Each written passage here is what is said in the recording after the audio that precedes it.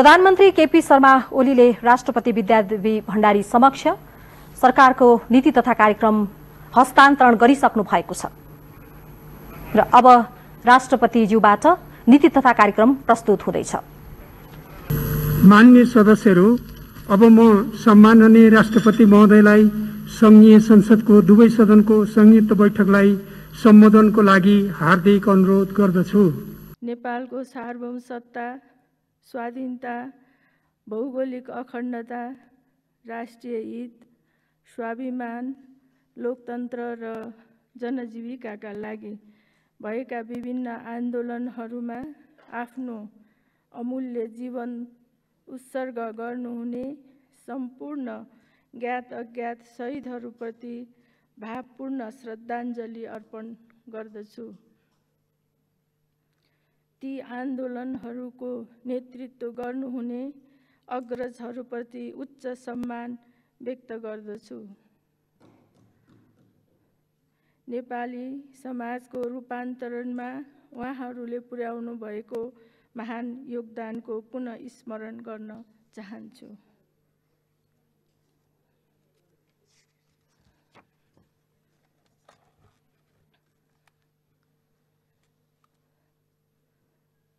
COVID-19 महामारीका कारण मानव जातिमाथि शताब्दीकै सबैभन्दा ठुलो सङ्कट पैदा भएको छ।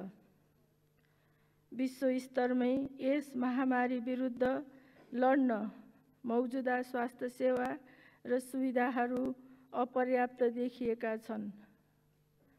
यस महामारीबाट लाखौं मानिसहरूको ज्यान गइसकेको छ, अरू लाखौं संक्रमित छन्। यस महामारीबाट संक्रमित भई नेपाल बाहिर जीवन गुमाउनु हुने नेपाली तथा अन्य मित्र राष्ट्रका नागरिकहरूका शोकाकुल परिवारजनप्रति गहिरो संवेदना व्यक्त गर्दछु।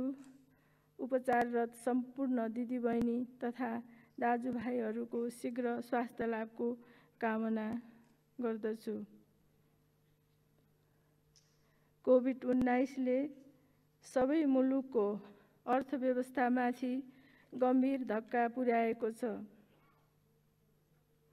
विश्व पर्यटन तथा आवागमन अवरुद्ध छ। उद्यम व्यवसाय बन्द प्राय छन्। उत्पादन र वितरण प्रणाली गम्भीर रूपमा प्रभावित भएको छ। लाखौंको रोजगारी गुमेको छ।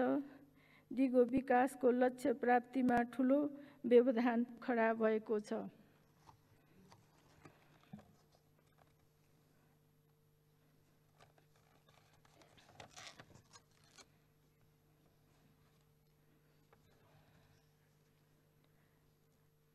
आज सारा विश्व यस साझा तर अदृश्य दुश्मनका विरुद्ध कठिन युद्ध लडिरहेको छ।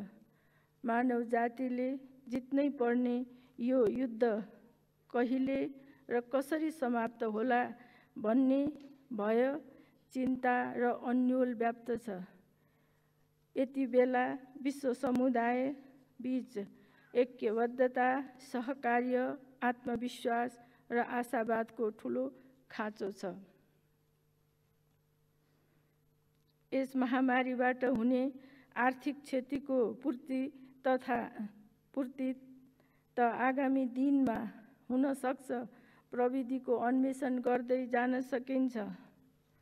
समाज फेरि समृद्ध बन्न सक्छ, तर गुमेको अमूल्य मानव जीवनको पुनः प्राप्ति र क्षतिपूर्ति हुन सक्दैन। त्यससँगै क्षति हुने मानवीय पुँजी, दक्षता, विज्ञता र विचारको क्षति पनि अपूरणीय हुन्छ। त्यसैले यतिखेर मानिसको जीवन रक्षा र मानव जातिको संरक्षण सरकारहरूको सर्वोच्च कर्तव्य हुन आएको छ।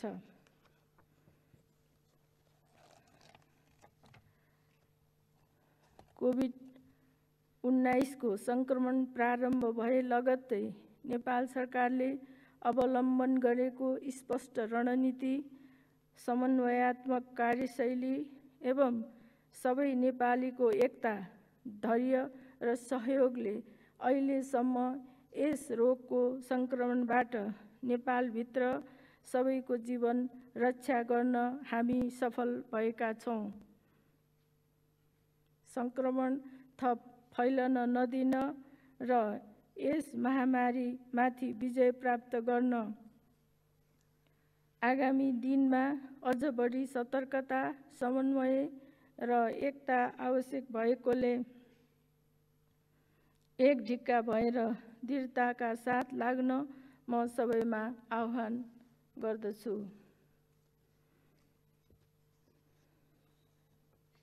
जोखिमपूर्ण परिस्थितिमा अग्रपंक्तिमा रहेर सेवा गर्ने चिकित्सक, नर्स, स्वास्थ्यकर्मी, सुरक्षाकर्मी, सफाईकर्मी, एम्बुलेन्स चालक लगायत सम्पूर्ण राष्ट्र सेवकको म उच्च प्रशंसा गर्दछु। अत्यावश्यक वस्तुको आपूर्ति सहज बनाउन योगदान गर्ने सबै व्यक्ति तथा सङ्घ संस्थालाई धन्यवाद दिन चाहन्छु। कोभिड-19 संक्रमण रोकथाम र नियन्त्रणका लागि नेपाल सरकारले चालेको कदममा पूर्ण साथ दिई सहयोग गर्नुभएकोमा म सम्पूर्ण दिदीबहिनी तथा दाजुभाइ प्रति हार्दिक आभार व्यक्त गर्दछु।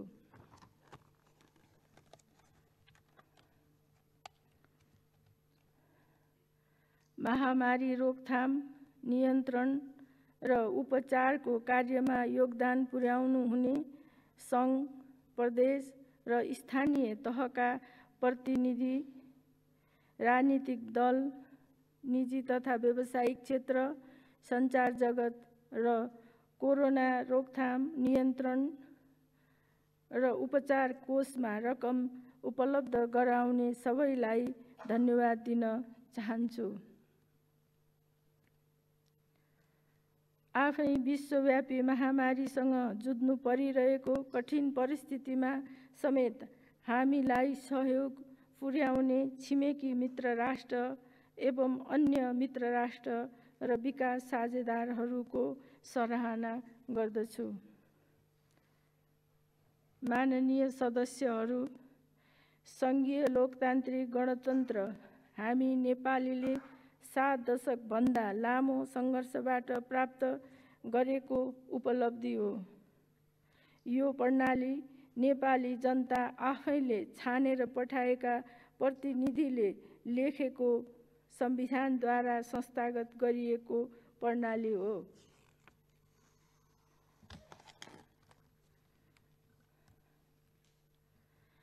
हामीले अपनाएको लोकतन्त्र परिपूर्ण लोकतन्त्र हो। लोकतन्त्रका सबै आधारभूत विशेषता सहितको प्रतिस्पर्धात्मक, बहुदलीय र गणतन्त्रात्मक राजनीतिक प्रणाली नै हामीले रोजेको प्रणाली हो।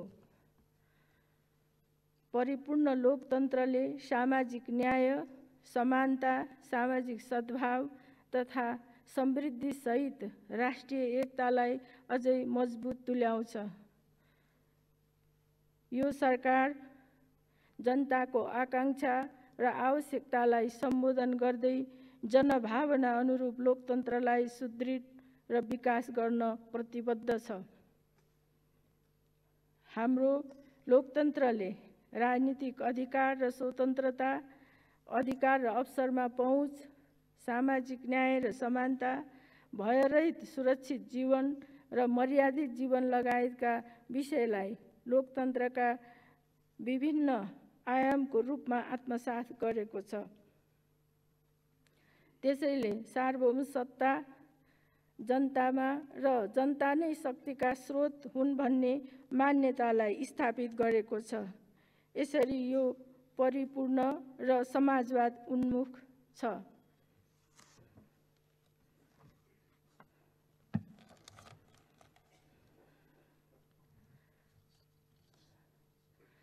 राजनीतिक स्थायित्वमा मात्रै नीतिगत निरन्तरता सुनिश्चित हुन्छ। नीतिको निरन्तरताले कार्यक्रमको सुसङ्गतिलाई निर्धारण गर्दछ र कार्यक्रमको कार्यान्वयनमा सुनिश्चितता प्रदान गर्दछ। तसर्थ राजनीतिक स्थायित्व मुलुकको दीर्घकालीन र अवरोध रहित विकासका लागि अत्यन्त महत्त्वपूर्ण हुन्छ। राजनीतिक स्थायित्वमा मात्रै जनमतको सम्मान हुन्छ। यसले राजनीतिक दलहरूलाई जनादेश अनुसारको भूमिका खेल्न उत्प्रेरित गर्छ। नेतृत्वको क्षमता अभिवृद्धि हुन्छ र देश, जनता तथा विकासप्रति थप चिन्तनशील तुल्याउँछ। आवधिक निर्वाचनका क्रममा हुने नेतृत्वको क्षमता र कार्य सम्पादन परीक्षणले नेतृत्वलाई अझ बढी जनउत्तरदायी बन्न उत्प्रेरित गर्छ। अन्ततः यसले लोकतान्त्रिक व्यवस्थालाई मजबुत बनाउँछ।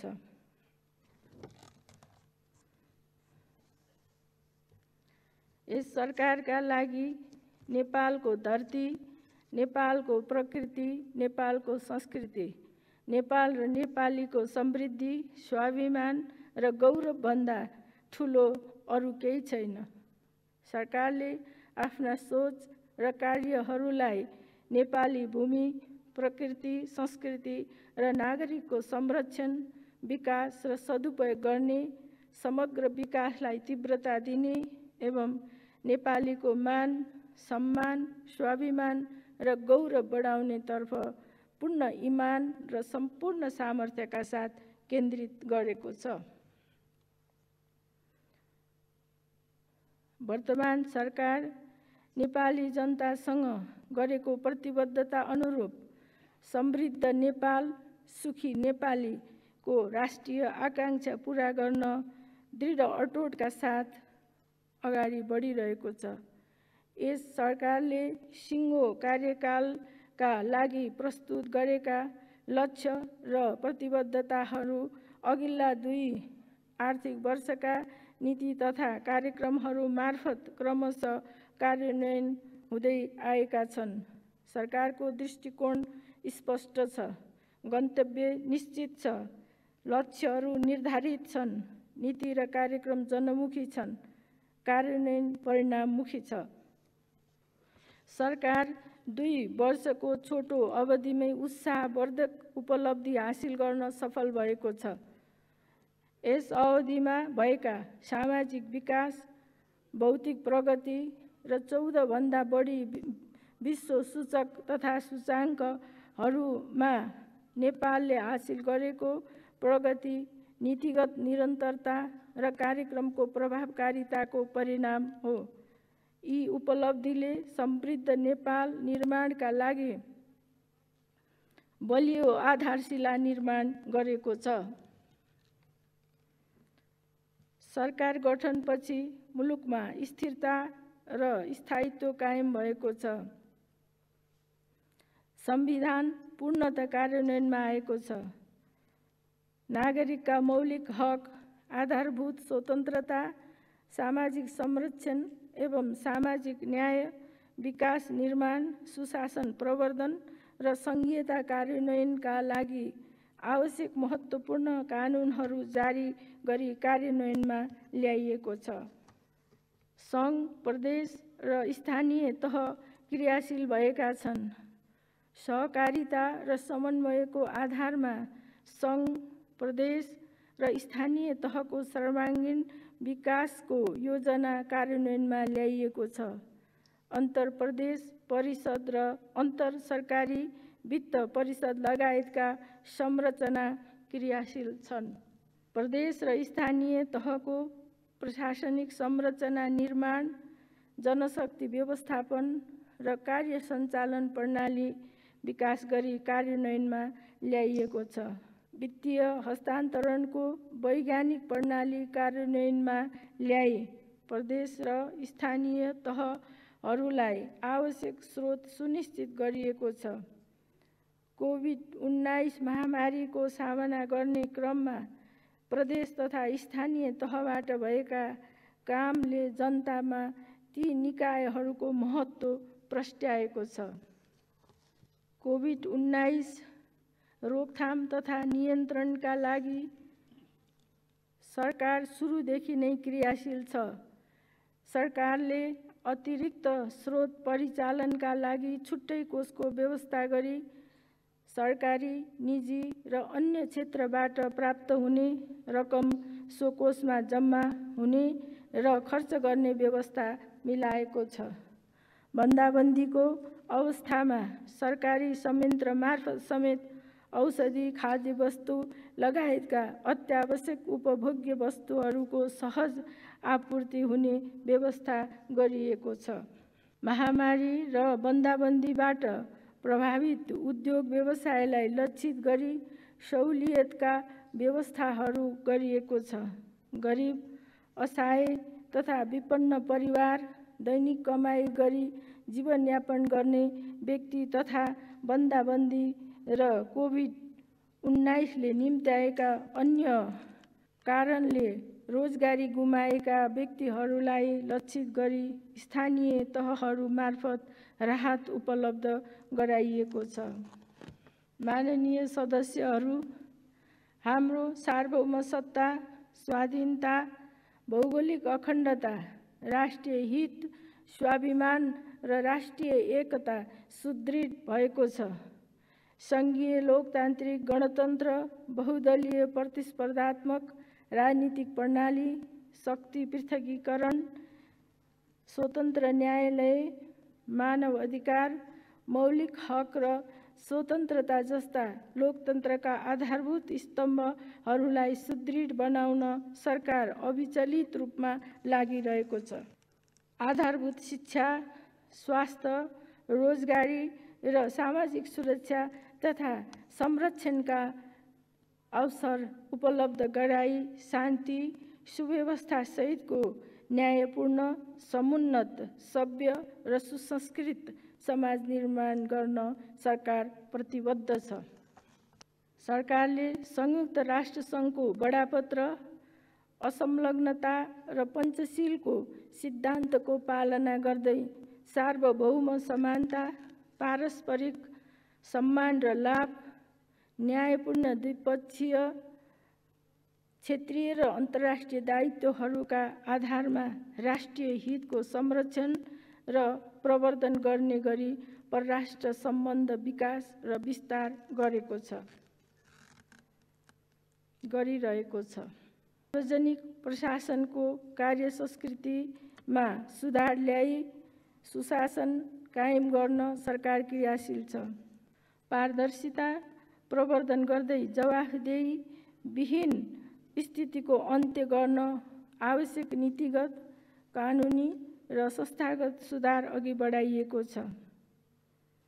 शान्ति सुव्यवस्था कायम गरिएको छ। सार्वजनिक सेवा प्रवाहको गुणस्तर वृद्धि गरिएको छ। भ्रष्टाचारजन्य क्रियाकलापमा संलग्न जो कोहीले पनि सजायबाट उन्मुक्ति नपाउने तथ्यलाई स्थापित गर्दै भ्रष्टाचार विरुद्धको कारबाहीलाई तीव्रता दिइएको छ। सभ्यता र संस्कृतिको आधुनिकतासहित पुनरुत्थान गर्ने कार्य अघि बढिरहेको छ। विक्रम सम्वत 2087 अगावै दिगो विकासका लक्ष्यहरू हासिल गर्दै मध्यम आय भएको मुलुकमा स्तर उन्नति गर्ने लक्ष्यमा सरकार दृढ छ। सरकारको यही कार्यकालभित्र विकासशील राष्ट्रको पङ्क्तिमा र विक्रम सम्वत 2079 सालसम्ममा नेपाललाई समुन्नत राष्ट्रको स्तरमा पुर्याउने गरी आर्थिक र सामाजिक विकासका योजना र कार्यक्रमहरू अघि बढाइएको छ। भूपरिवेष्टित नेपाललाई भूजडित मुलुकमा रूपान्तरण गर्ने हाम्रो घोषित आकांक्षा पूरा भएको छ। आधुनिक प्रविधि सहित सडक, रेल, विमानस्थल, खानेपानी, सिँचाइ लगायत ठूला भौतिक पूर्वाधारहरूको निर्माण कार्य तीव्र गतिमा अघि बढेको छ। तुइनको कष्टकर र जोखिमपूर्ण आवागमनलाई अन्त्य गर्ने सरकारको प्रतिबद्धता पूरा भएको छ। मुलुकको विभिन्न भागमा पहिचान भएका खनिज तथा पेट्रोलियम पदार्थको अन्वेषण, उत्खनन, प्रशोधन र प्रयोगको नीति अघि बढाइएको छ। 10 वर्षमा 15,000 मेगावाट विद्युत उत्पादन गर्ने, आन्तरिक खपत बढाउने, प्रसारण लाइन विस्तार गर्ने र वितरण प्रणाली सुदृढ बनाउने नीति कार्यान्वयनमा छन्। अन्तर्राष्ट्रिय विद्युत व्यापारका लागि पूर्वाधार निर्माण भइरहेको छ। कृषि उत्पादकत्व 10 वर्षमा दोब्बर गर्न कृषिको आधुनिकीकरण र व्यावसायिकरणको योजनासहित कृषि पूर्वाधारमा ठूलो मात्रामा लगानी गरिँदैछ। सबै नेपालीलाई सामाजिक सुरक्षा प्रणालीभित्र आबद्ध गर्न सामाजिक संरक्षणका कार्यक्रमहरू अघि बढाइएको छ। सम्पन्न र विपन्नहरूको आम्दानीको औसत आँकडाका आधारमा मात्र गरिने जीवनस्तरको मापनले समृद्धि, सुख र खुसीको वास्तविक तस्बिर देखाउन सक्दैन। त्यसैले समृद्धिलाई कुल ग्राहस्थ उत्पादन वा त्यसको प्रति व्यक्ति आयको आधारमा मात्रै नाप्नु हुँदैन। समाजलाई तलैदेखि उत्थान गर्नुपर्छ, मानवीय गरिमा र अस्तित्वलाई महत्त्व दिनुपर्छ भन्ने सरकारको मान्यता रहेको छ। समाजमा कोही पनि पछि नपरुन् भन्नेमा यो सरकार संवेदनशील छ। 2 वर्षको अवधिमा सहरहरू सडक बालबालिका र सडक मानव मुक्त भएका छन्, मगन्ते रहित भएका छन्। शौचालयको उपलब्धता र प्रयोगमा सुधार ल्याई नेपालीलाई सभ्यताको एक स्तर माथि उठाउने कार्यमा दक्षिण एसियामै नेपाललाई पहिलो हुने सफलता मिलेको छ।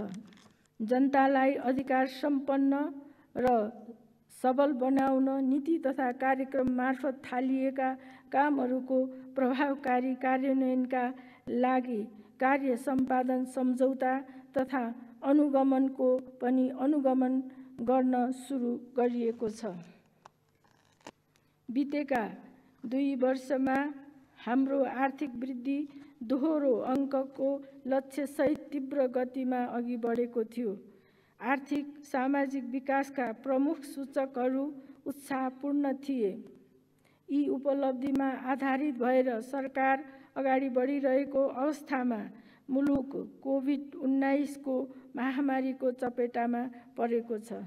जुन लक्ष्य, योजना र गतिका साथ अघि बढ्न खोजिएको थियो त्यसमा व्यवधान आएको छ।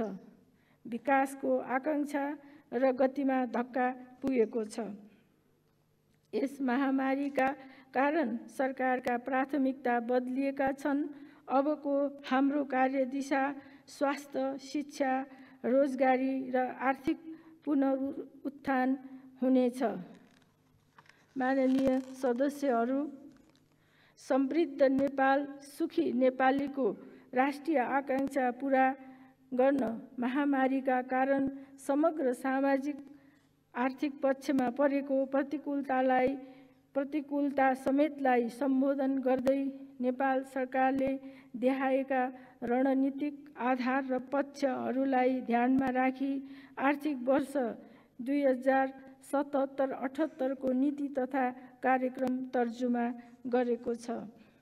विश्व अर्थतन्त्रको संरचना परिवर्तन हुन सक्ने, मुलुकहरूको आयमा कमी आउने, मित्र राष्ट्र तथा विकास साझेदारहरूको स्रोत साधन परिचालनको क्षमता, प्राथमिकता र क्षेत्र फरक हुन सक्ने अवस्था भएकाले अधिकतम आन्तरिक स्रोत परिचालन गर्ने, अधिकांश मुलुकहरूको आर्थिक वृद्धि दर ऋणात्मक हुने अवस्थामा पनि जोखिम व्यवस्थापन गर्न सक्षम नेपाली अर्थतन्त्रलाई उत्पादनशील र सुदृढ बनाउने, आर्थिक क्रियाकलाप, कृषि तथा औद्योगिक उत्पादन, रोजगारी सिर्जना, उत्पादनशील क्षेत्र, विकास निर्माण कार्य र सामाजिक जनजीवनमा थप क्षति हुन नदिई सुचारू गरी तीव्रता दिने, आर्थिक उपलब्धि र विकासका प्रतिफलहरूको समन्यायिक वितरण गर्ने, स्वास्थ्य, शिक्षा, लैङ्गिक समानता एवं अन्य सामाजिक तथा सांस्कृतिक क्षेत्रका कार्यक्रमहरू सञ्चालन र गुणस्तरीय सेवा प्रवाह गरी स्वस्थ, शिक्षित, न्यायपूर्ण र गतिशील सामाजिक जीवनको स्थापना गर्ने, समग्र सन्तुलित विकासका लागि सरकारले सुरु गरेका रूपान्तरणकारी क्षेत्रगत र राष्ट्रिय स्तरका कार्यक्रम तथा आयोजनाहरू तोकिएको समय र लागतमा सम्पन्न गर्ने, कार्यक्रम तथा आयोजनाहरूको पुनः प्राथमिकीकरण गर्ने, फजुल खर्च रोक्ने, वित्तीय अनुशासन कायम गर्ने, उत्पादनशील तथा रोजगारमूलक क्षेत्रमा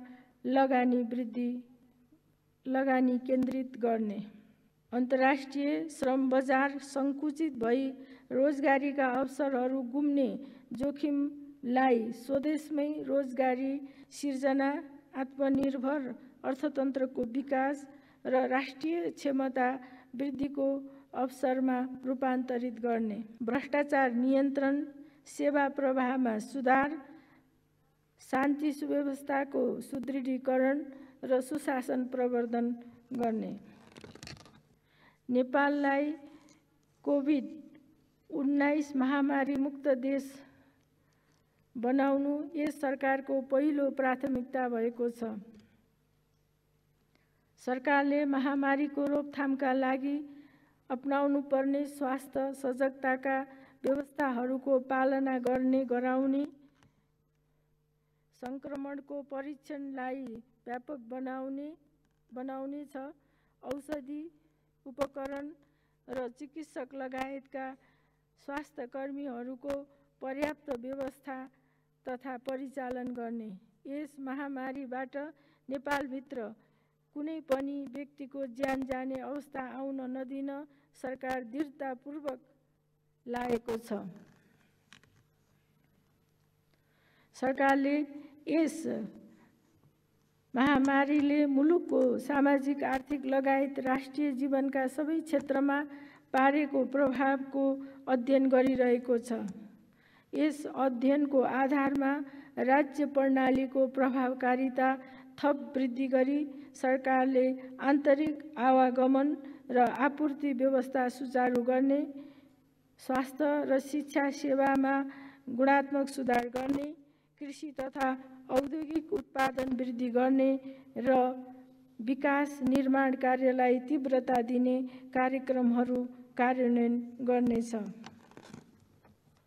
कोभिड-19 पछिको थप रणनीति र कार्ययोजना तयार गरी क्षेत्रगत विशेष कार्यक्रम सञ्चालन गरिनेछ। महामारीका कारण रोजगारी गुमाएका श्रमिक, साना किसान, असहाय व्यक्ति, गरिब तथा विपन्न वर्गका परिवारलाई लक्षित गरी स्वास्थ्य, शिक्षा, सिप विकास तालिम र रोजगारी एवं आय आर्जन सम्बन्धी विशेष कार्यक्रम सञ्चालन गरिनेछ। महामारी अनपेक्षित रूपमा लम्बिन गएको अवस्थामा सरकारले त्यसलाई रोक्न थप प्रभावकारी कदम चाल्दै कार्यक्रमहरूको पुनः प्राथमिकीकरण र समायोजन समेत गरी स्रोत साधन परिचालन गर्नेछ।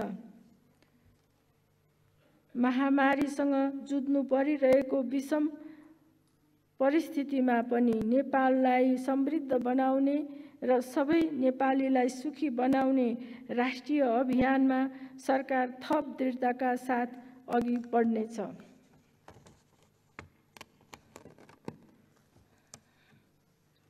माननीय सदस्यहरू,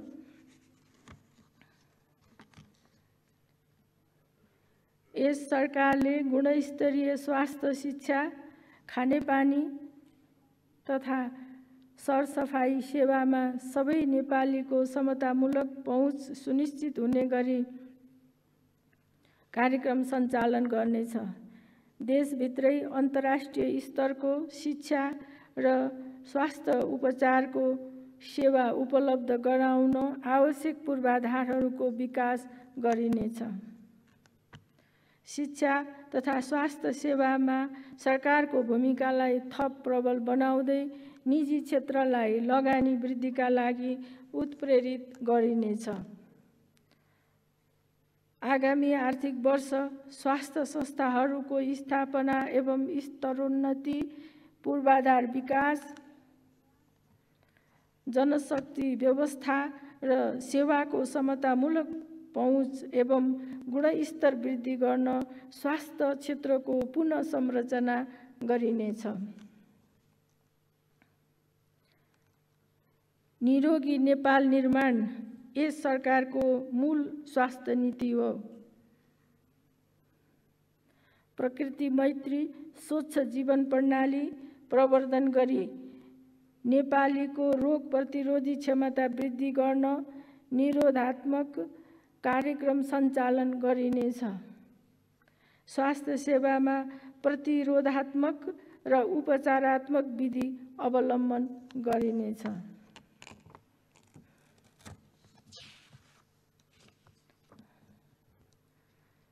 मुलुकभरका 671 स्थानीय तहका वडाहरूमा पूर्ण खोप सेवा उपलब्ध वडा घोषणा गरिएको छ।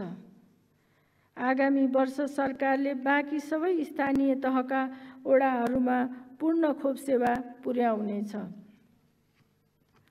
आधारभूत स्वास्थ्य सेवा उपलब्ध नभएका स्थानीय तहका थप 2626 वडाहरूमा पूर्वाधार निर्माण र सेवा उपलब्ध गराइएको छ। आगामी वर्ष स्थानीय तहका वडामा रहेका स्वास्थ्य संस्थाहरूको सेवाको गुणस्तर वृद्धि गरिनेछ। भूगोल र जनसङ्ख्याको आधारमा हरेक स्थानीय तहमा 5 देखि 15 शय्यासम्मको आधारभूत अस्पताल स्थापना र स्तर उन्नति गरिनेछ। प्रदेश स्तरमा रहेका साबिकका जिल्ला अस्पतालहरूलाई 25 देखि 50 शय्याको अस्पताल र अञ्चल अस्पताललाई 200 शय्याको जनरल अस्पतालमा स्तर उन्नति गरिनेछ। सरकारले पोखरा र कर्णाली स्वास्थ्य विज्ञान प्रतिष्ठान तथा कोशी, नारायणी, भरतपुर, भेरी र डडेलधुरा अस्पतालबाट उपलब्ध विशिष्टीकृत स्वास्थ्य सेवाको विस्तार र स्तरोन्नति गरिरहेको छ। यी केन्द्रीय अस्पताललाई 500 शय्याको विशेषज्ञ अस्पतालको रूपमा विकास गरिनेछ। सरुवा रोग रोकथाम, नियन्त्रण र उपचार एवं स्वास्थ्य विपद व्यवस्थापनको तयारी तथा प्रतिकार्य गर्न प्रयोगशाला परीक्षण सेवा सहितको 300 शय्याको केन्द्रीय र न्यूनतम 50 शय्याको प्रदेश स्तरीय अत्याधुनिक सुविधा सम्पन्न सरुवा रोग अस्पताल स्थापना गरिनेछ। गरिब तथा विपन्न वर्गलाई केन्द्रीय अस्पतालहरूबाट प्रारम्भिक चरणको आकस्मिक स्वास्थ्य सेवा निःशुल्क उपलब्ध गराइनेछ। उच्च रक्तचाप, मधुमेह, क्यान्सर, दम, मृगौला, कलेजो र महिलाहरूको पाठेघर सम्बन्धी रोगको रोकथाम, पहिचान, परीक्षण र उपचारका कार्यक्रमहरू देशव्यापी रूपमा थप प्रभावकारी बनाइनेछ। वडा स्तरीय सेवा केन्द्रबाट 40 वर्ष माथिका नागरिकको रक्तचाप, अल्बुमिन र मधुमेह जाँच गर्ने व्यवस्था गरिनेछ।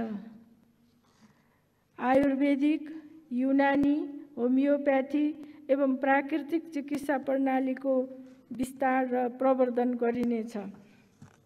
आम नागरिकलाई योगाभ्यास र शारीरिक व्यायाम सहितको जीवन पद्धति अपनाउन प्रेरित गरिनेछ।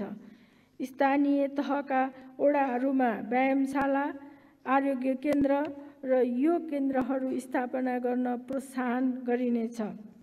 नेपालभरको जुनसुकै स्थानबाट 3 अङ्कको टेलिफोन नम्बरमा सम्पर्क गरी नागरिकले सहज र सरल रूपमा एम्बुलेन्स सेवा प्राप्त गर्न सक्ने एकीकृत एम्बुलेन्स सेवा सञ्चालन गर्ने व्यवस्था मिलाइनेछ। प्रमुख राजमार्गहरूमा ट्रमा सेवाको विस्तार गरिनेछ। त्रिभुवन विश्वविद्यालय शिक्षण अस्पताल महाराजगञ्जमा कलेजो प्रत्यारोपण सेवा प्रारम्भ गरिएको छ। आगामी आर्थिक वर्ष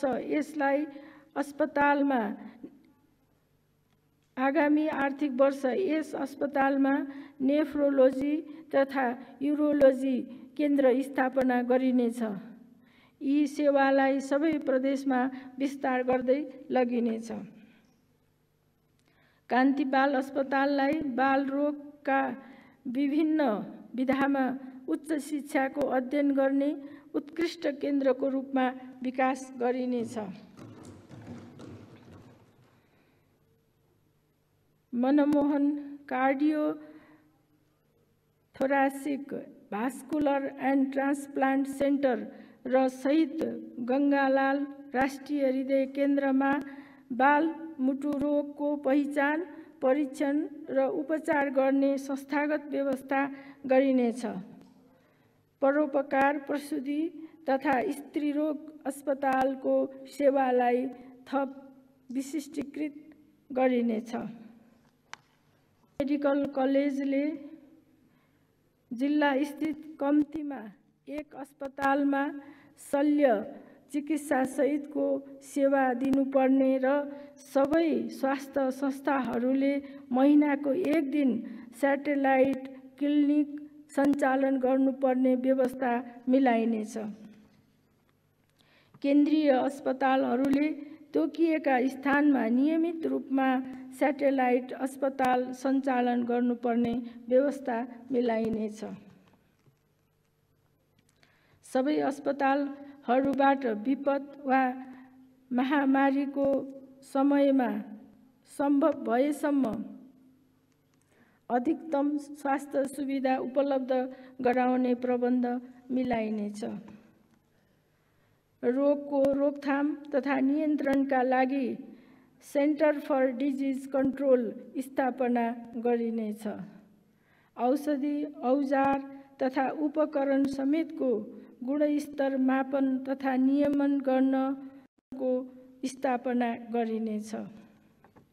स्वास्थ्य संस्था र स्वास्थ्य सेवाहरूको गुणस्तर मापन तथा प्रमाणीकरण गर्न राष्ट्रिय स्वास्थ्य प्रत्यायन प्राधिकरण स्थापना गरिनेछ।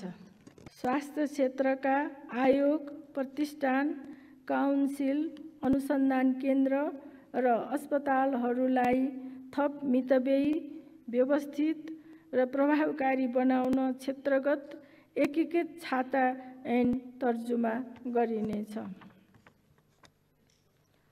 अन्तर्राष्ट्रिय विमानस्थल र अन्तर्राष्ट्रिय सीमाका प्रमुख नाकाहरूमा आधुनिक हेल्थ डेस्क तथा क्वारेन्टिन गृह स्थापना गरिनेछ। स्वास्थ्य बीमा कार्यक्रम अन्तर्गत 551 स्थानीय तहका 27 लाखभन्दा बढी नागरिकको स्वास्थ्य बीमा गरिएको छ। आगामी 3 वर्षभित्रमा सबै नागरिकमा पुग्ने गरी स्वास्थ्य बीमा कार्यक्रमलाई विस्तार गरिनेछ। स्वास्थ्य बीमा कार्यक्रममा आधारभूत बाहेकका स्वास्थ्य सेवाहरू क्रमशः समावेश गर्दै लगिनेछ। केन्द्र सैनिक अस्पताललाई आपतकालीन अवस्थामा आम घाइते बिरामी लगायतको सबै प्रकारको स्वास्थ्य उपचार गर्न सक्ने सुविधासहित स्तर उन्नति गरिनेछ। माननीय सदस्यहरू, सबै नेपालीलाई देशभक्त भविष्यप्रति आशावान, सभ्य, सुसंस्कृत, योग्य, प्रतिस्पर्धी, उद्यमशील, सृजनशील र आत्मविश्वासी नागरिक बनाउने यस सरकारको शिक्षा नीति हो। राष्ट्रिय आवश्यकता र अन्तर्राष्ट्रिय अवसरका आधारमा जनशक्तिको प्रक्षेपण गरी विषय क्षेत्रगत जनशक्ति उत्पादन गरिनेछ। राष्ट्रिय योग्यता प्रारूपको ढाँचा कार्यान्वयनमा ल्याइनेछ। आगामी आर्थिक वर्षमा साक्षर नेपाल घोषणा गरिनेछ। विकास निर्माण र सामाजिक सेवाका क्षेत्रमा विशेषज्ञ जनशक्तिको अभाव रहेको छ। आवश्यक जनशक्ति विकासका लागि कृषि तथा वन, पर्यावरण, विज्ञान तथा प्रविधि, चिकित्सा, आयुर्वेद, पर्यटन, इन्जिनियरिङ, आर्टिफिसियल इन्टेलिजेन्स, सुरुङ प्रविधि तथा रक इन्जिनियरिङ, खनिज अन्वेषण, जलविद्युत, नवीकरणीय ऊर्जा लगायतका विशिष्टीकृत विधामा उच्च शिक्षा उपलब्ध गराउने व्यवस्था मिलाइनेछ। विश्वविद्यालयहरूको अध्ययन अध्यापनलाई अनुसन्धानमा आधारित बनाइनेछ। विज्ञान प्रविधि सम्बन्धी उच्च शिक्षालाई अनुसन्धानमुखी बनाइनेछ। अनुसन्धानको गुणस्तर सुनिश्चित गर्ने संयन्त्र विकास गरिनेछ। स्वदेशमै विज्ञान र प्रविधिको क्षेत्रमा अन्तर्राष्ट्रिय स्तरको अध्ययन, अध्यापन र अनुसन्धान गर्न सक्ने विश्वविद्यालयको रूपमा मदन भण्डारी विज्ञान तथा प्रविधि विश्वविद्यालय स्थापना र सञ्चालनका लागि आवश्यक पूर्वाधार निर्माणका कार्यहरू तीव्र रूपमा अघि बढाइनेछ। त्रिभुवन विश्वविद्यालयको संरचनागत र अन्य आवश्यक सुधार गरी शैक्षिक गुणस्तर वृद्धि गरिनेछ। विश्वविद्यालयका पाठ्यक्रमलाई समय सापेक्ष बनाइनेछ। यस विश्वविद्यालय अन्तर्गतका अनुसन्धान केन्द्रहरूलाई सुदृढ गरी विशिष्टीकृत अनुसन्धान केन्द्रको रूपमा विकास गरिनेछ। मदन भण्डारी प्रौद्योगिक विश्वविद्यालय र योगमाया आयुर्वेद विश्वविद्यालय स्थापना र सञ्चालनका लागि आवश्यक तयारी पूरा गरिनेछ। चिनौँ आफ्नो माटो, बनाऊ आफ्नै देश अभियान सञ्चालन गरी स्नातकोत्तर युवाहरूलाई विकास निर्माण तथा शैक्षिक विकास सम्बन्धी काममा मुलुकभर परिचालन गरिनेछ।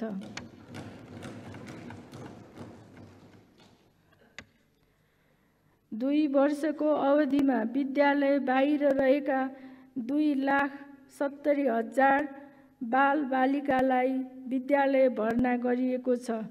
विद्यालय उमेरका सबै बालबालिका विद्यालयमा हुने निश्चित गरिनेछ।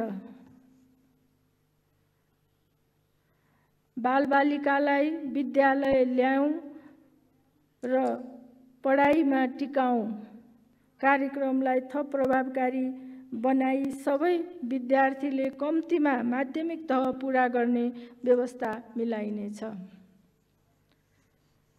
राष्ट्रपति शैक्षिक सुधार कार्यक्रम मार्फत शिक्षण संस्थाको भौतिक पूर्वाधार तथा सिकाइ सुविधामा सुधार गरिनेछ। यस कार्यक्रममा वैज्ञानिक अनुसन्धान, प्रविधिको विकास तथा नवप्रवर्तन एवं बौद्धिक प्रतिभाहरूलाई प्रोत्साहन लगायतका कार्यहरू समावेश गरिनेछ। नयाँ प्रविधि र ज्ञानको विकास एवं विस्तारका लागि अनुकूल वातावरण सिर्जना गरी लगानी वृद्धि गरिनेछ।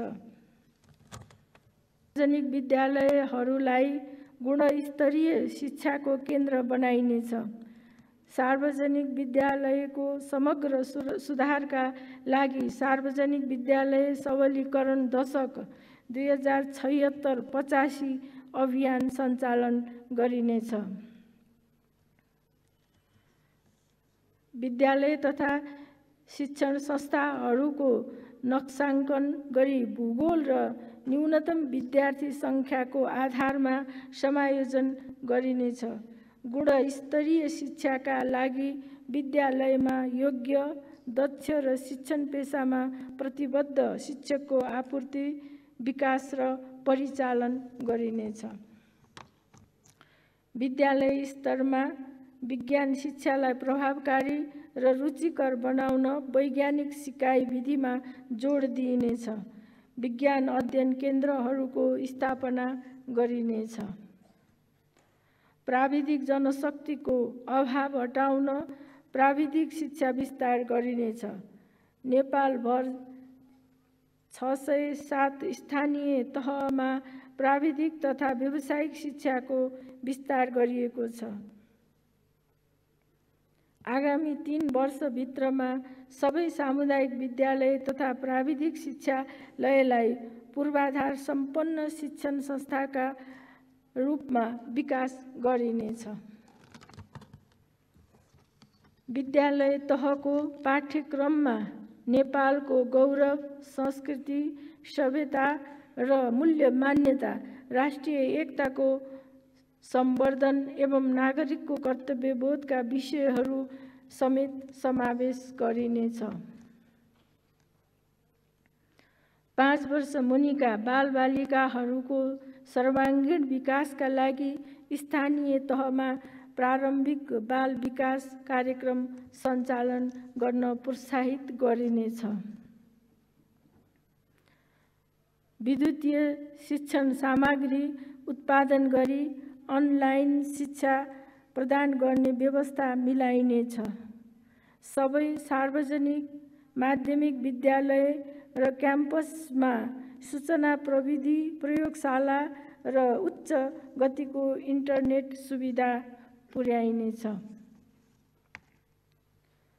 राष्ट्रिय शिक्षा नीति 2076 र राष्ट्रिय विज्ञान तथा नव प्रवर्तन नीति 2076 को समयानुकूल परिमार्जन गर्दै कार्यान्वयन गरिनेछ।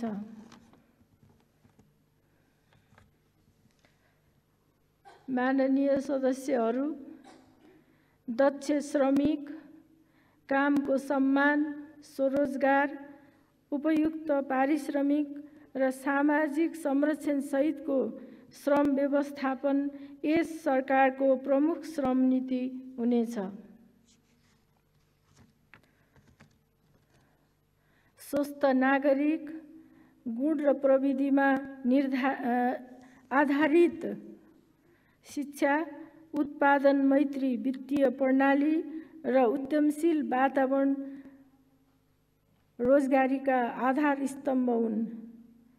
यी आधार स्तम्भहरूको विकास र सदुपयोग गरेर सरकारले व्यापक रोजगारीका अवसर सिर्जना गर्नेछ।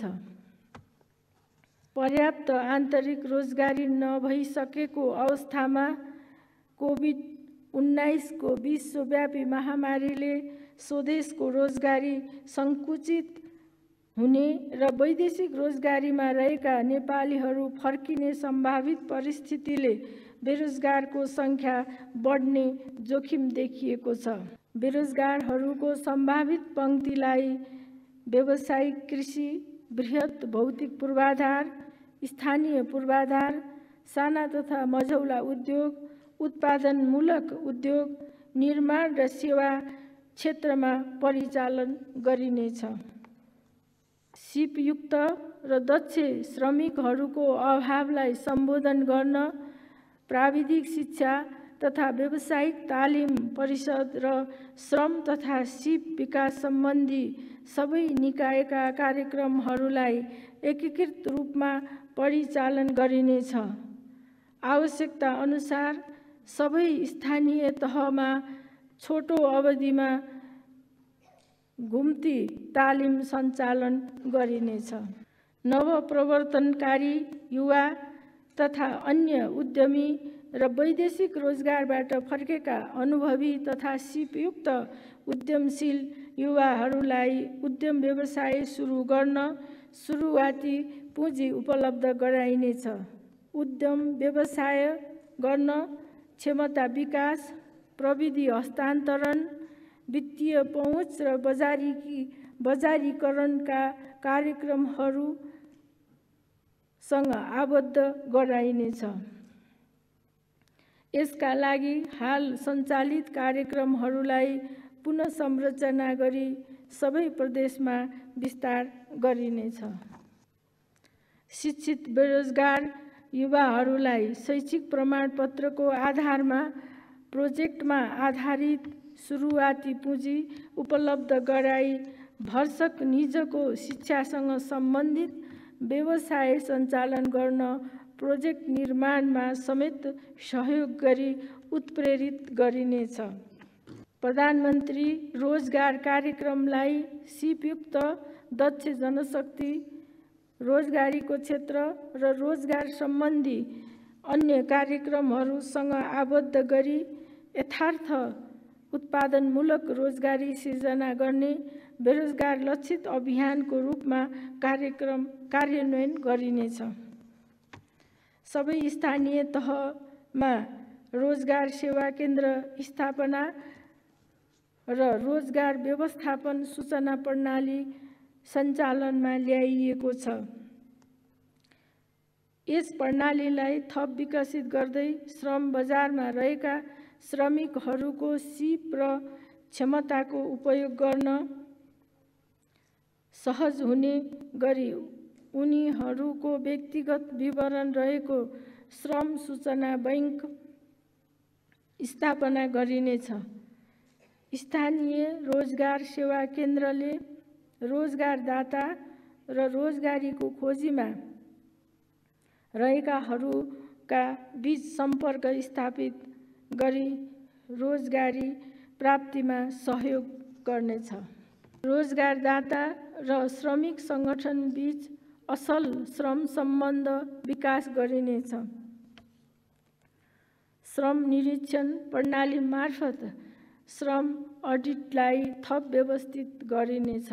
सबै प्रकृतिका श्रम शोषण अन्त्य गरिनेछ।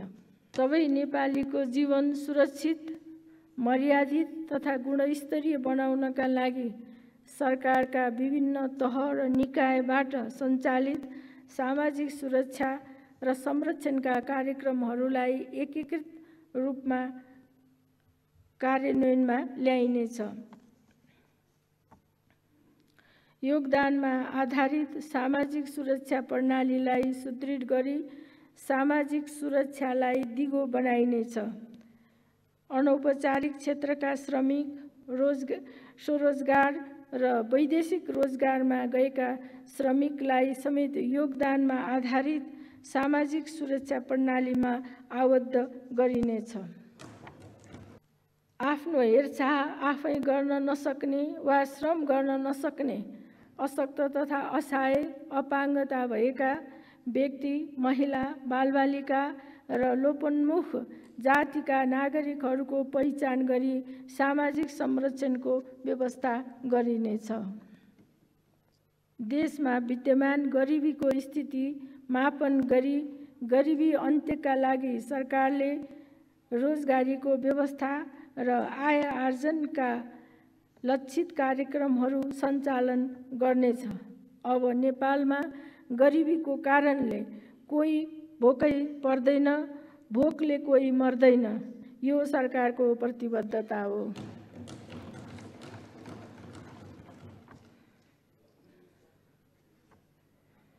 विभिन्न कार्यक्रम तथा आयोजनाहरू मार्फत समुदाय स्तरका समूहहरूलाई उपलब्ध गराएको पुँजी रकम र समूहहरूले गरेको बचत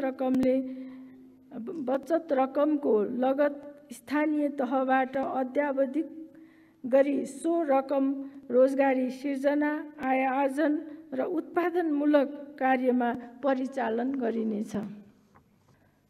माननीय सदस्यहरू, यस सरकारले गरेका नीतिगत र प्रक्रियागत सुधारका कारण नेपालमा व्यवसाय गर्ने वातावरणमा उल्लेख्य सुधार आएको छ। आगामी वर्ष ठुला पूर्वाधार लगायतका उत्पादनशील क्षेत्रका परियोजनाहरूमा थप विदेशी लगानी आकर्षित गरिनेछ। भौतिक पूर्वाधार निर्माणको गतिलाई तीव्रता दिन, उत्पादन र उत्पादकत्व वृद्धि गर्न र सार्वजनिक सेवा प्रवाहमा सुधार ल्याउनका लागि राष्ट्रिय आय र बचत वृद्धि गरी लगानीको आधार सबल बनाइनेछ। आन्तरिक राजस्वलाई सार्वजनिक स्रोतको प्रमुख आधार बनाइनेछ। सार्वजनिक, निजी, सहकारी र सामुदायिक क्षेत्रको लगानी उत्पादनमूलक र उच्च प्रतिफलयुक्त कार्यक्रम तथा आयोजनामा केन्द्रित गरिनेछ। आयोजना व्यवस्थापनलाई सुदृढ बनाई विकास आयोजनाहरू निर्धारित समय, लागत र गुणस्तरमा सम्पन्न गरिनेछ। हाल सञ्चालनमा रहेका कार्यक्रम तथा आयोजनाहरूको आवश्यकता अनुसार पुनः संरचना तथा पुनः प्राथमिकीकरण गरिनेछ। सरकारी क्षेत्रबाट हुने पुँजीगत खर्चको गुणस्तरीयता कायम गरी पुँजी तथा सम्पत्ति निर्माण गरिनेछ। फजुल र अनुत्पादक खर्चलाई कटौती गरी चालू खर्चमा मितव्ययिता कायम गरिनेछ। व्यावसायिक पुनरुत्थानका कार्यक्रम सञ्चालन गरी उत्पादन प्रणालीलाई सबल बनाइनेछ। उत्पादन संरचना तथा आपूर्ति प्रणाली सुदृढ गर्ने गरी तुलनात्मक लाभका क्षेत्रहरूको पहिचान र प्रवर्धन गरिनेछ। उपलब्ध प्राकृतिक स्रोत, साधन र जनसाङ्ख्यिक लाभलाई उत्पादनमूलक क्षेत्रमा सदुपयोग गरिनेछ। अन्तरसरकारी वित्तीय हस्तान्तरणलाई उत्पादन, रोजगारी र नतिजासँग आबद्ध गरिनेछ।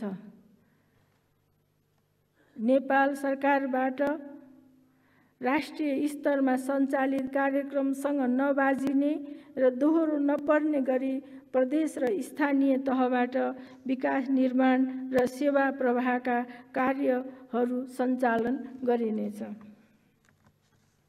माननीय सदस्यहरू, वर्तमान सरकारले अघि सारेको सदुपयोगको सिद्धान्त अन्तर्गत नेपालको सबै खाली जमिनलाई खेर जान नदिने र कृषि योग्य भूमिको पूर्ण उपयोग गरी सघन खेती प्रणालीका माध्यमबाट ठूलो परिमाणमा कृषि उत्पादन गर्ने नीति कार्यान्वयनमा ल्याइनेछ।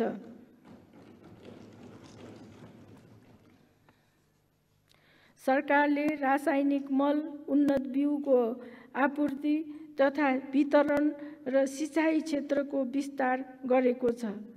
यस अवधिमा धान, गहुँ, मकै, तरकारी, आलु लगायतका कृषि उपजको उत्पादन वृद्धि भई खाद्य सुरक्षाको स्थितिमा सुधार आएको छ। आगामी आर्थिक वर्षमा सरकारले कृषि क्षेत्रमा थप आधुनिकीकरण, यन्त्रीकरण र विशिष्टीकरण गरी उत्पादकत्व तथा उत्पादन वृद्धिमा जोड दिनेछ। स्वदेशी वस्तुको उपभोग गरौँ, आन्तरिक उत्पादनलाई प्रोत्साहन गरौँ अभियान सञ्चालन गरिनेछ। कृषि वस्तुको प्रशोधन उद्योग स्थापना गरी प्रशोधित खाद्य वस्तु निर्यात गर्ने नीति लिइनेछ। सरकारले कृषि तथा कृषिजन्य उद्यम व्यवसायलाई रोजगारीको मुख्य क्षेत्रको रूपमा विकास गर्नेछ। प्रधानमन्त्री कृषि आधुनिकीकरण परियोजनालाई पुनः संरचना गरी कृषि क्षेत्रको रूपान्तरणको प्रमुख कार्यक्रमको रूपमा नेपालभर विस्तार गरिनेछ।